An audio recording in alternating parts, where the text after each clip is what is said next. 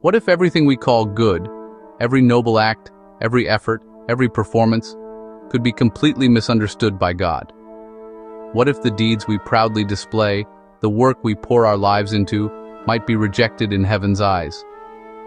This investigation centers on Eliab, the son of Jesse, whose appearance and reputation represented the kind of performance we often equate with goodness. We'll compare him with Saul and David, one king praised for deeds that looked perfect, another chosen for what the heart truly revealed. Join us as we uncover the hidden truth about human performance and why even our most celebrated deeds can fall short when God judges the heart. Because in God's courtroom, actions are only evidence. The heart is the verdict. How does God view the good things we do? Since the dawn of our fall, when man reached for the forbidden fruit, humanity became capable of both good and evil. Yet from that moment onward, man's moral compass began to tilt toward one thing: self-interest. Every act of good or evil since then has revolved around what benefits us, whether visible or hidden. Here lies the tragedy. Most religions still preach goodness as a golden ticket to heaven. But before God, good and evil spring from the same poison source, the heart of man. For God does not judge by what we do, but by why we do it. And so today, our investigation takes us deep into one critical question. What does God truly see when he looks at the goodness of man? To uncover this, we'll turn to two coronations. Two men, two moments, two kinds of good. One, the coronation of Saul, the king chosen by the people. Two, the coronation of David, the king chosen by God. By the end, we will see the true difference between what looks good and what is right before heaven. The people's king. 1 Samuel 8:4b7. Then all the elders of Israel gathered together and came to Samuel at Ramah and said to him, "Now make us a king to judge us like all the nations." But the thing displeased Samuel when they said, "Give us a king to judge us." So Samuel prayed to the Lord, and the Lord said to Samuel, "Heed the voice of the people in all that they say to you, for they have not rejected you, but they have rejected me, that I should not reign over them." Israel's demand was clear. We want a king like the nations. In that sentence, they dethroned God himself. Yet God allowed it. He gave them what their eyes desired, a man who looked impressive, powerful, and majestic. They wanted a visible symbol of confidence, and God granted it. A king who looked the part. 1 Samuel 9:2.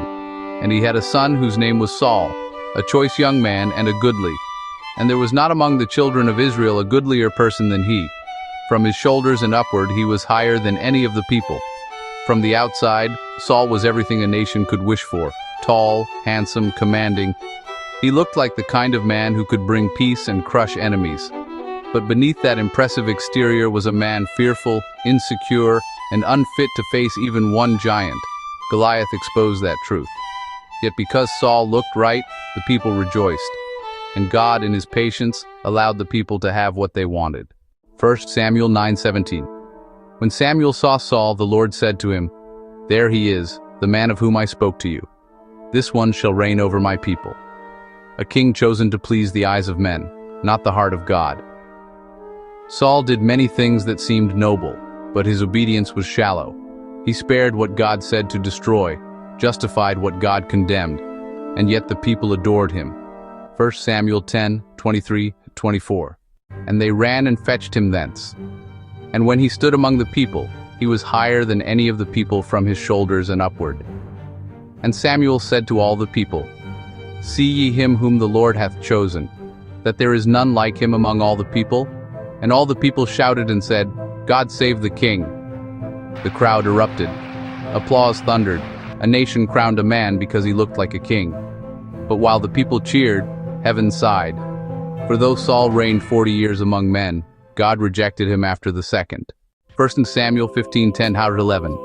Then came the word of the Lord unto Samuel, saying, It repenteth me that I have set up Saul to be king, for he is turned back from following me, and hath not performed my commandments. And it grieved Samuel, and he cried unto the Lord all night. Saul wore the crown, but heaven had already stripped it away. The people saw a king. God saw rebellion. The people saw strength. God saw disobedience. The people saw beauty. God saw pride. Everything men praised, God despised, because the human eye seeks outward worth, while God searches the unseen, the heart. And so, the Lord turned the page. He would choose another king, not by height, face, or fame, but by heart. The king God chose. Fill thine horn with oil and go. I will send thee to Jesse the Bethlehemite. For I have provided me a king among his sons. Even Samuel, a seasoned prophet, arrived still judging by sight. But this time God would make it unmistakable. He no longer wanted what looked good. The illusion of religious beauty. Churches today repeat Samuel's early mistake.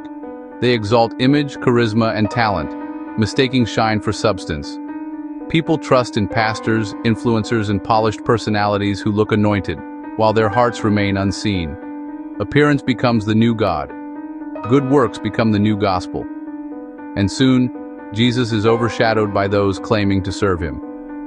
Samuel, with all his prophetic experience, stood in front of Jesse's sons and was almost fooled again. Eliab, tall, handsome, respected, stood before him, and Samuel thought, this must be the one. 1 Samuel 7. 3 things God rejected. 1. Countenance, beauty. Eliab's appearance represented admiration and hero worship. He was the ideal believer, the model figure people imitate, yet beauty deceives. Today many in the church follow charm, not truth. 2. Height, stature. Height symbolizes visible greatness, the kind of elevation that impresses.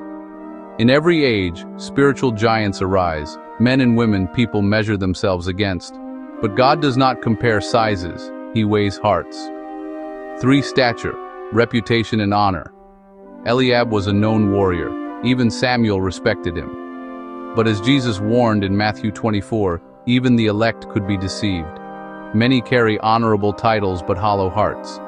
They wear holiness like Saul wore a crown, beautifully yet empty. The 2 kings. Saul was chosen by the people, a reflection of human desire. David was chosen by God, a reflection of divine sight. Saul was tall, David was small. Saul impressed, David obeyed. Saul ruled by appearance, David ruled by heart. Through them both, God revealed this eternal truth. Man's applause does not equal God's approval. The final question.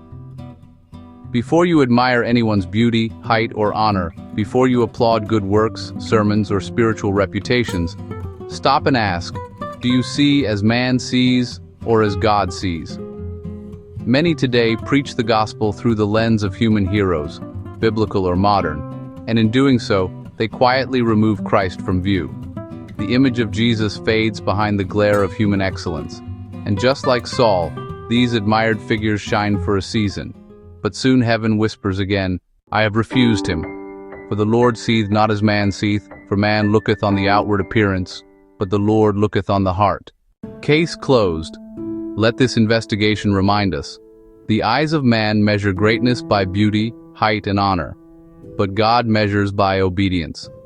He does not delight in what dazzles, but in what surrenders. Because before the throne of heaven, every crown that gleams without a clean heart is already rejected. The case is clear. What men call good, what we measure by deeds, performance, and reputation, can deceive even the elect. Eliab's appearance, strong, respected, seemingly perfect, almost fooled Samuel, just as our own performances can fool ourselves and others. Yet God looks beyond the actions, beyond the applause, and sees the heart. Saul was praised, Eliab admired, yet God rejected them. David, humble and unseen, was chosen. Let this investigation serve as a warning. Stop measuring goodness by performance alone. Your deeds, your works, your outward successes, all are evidence, but not the verdict. The question remains for every viewer. Are your actions enough, or is your heart truly aligned with God?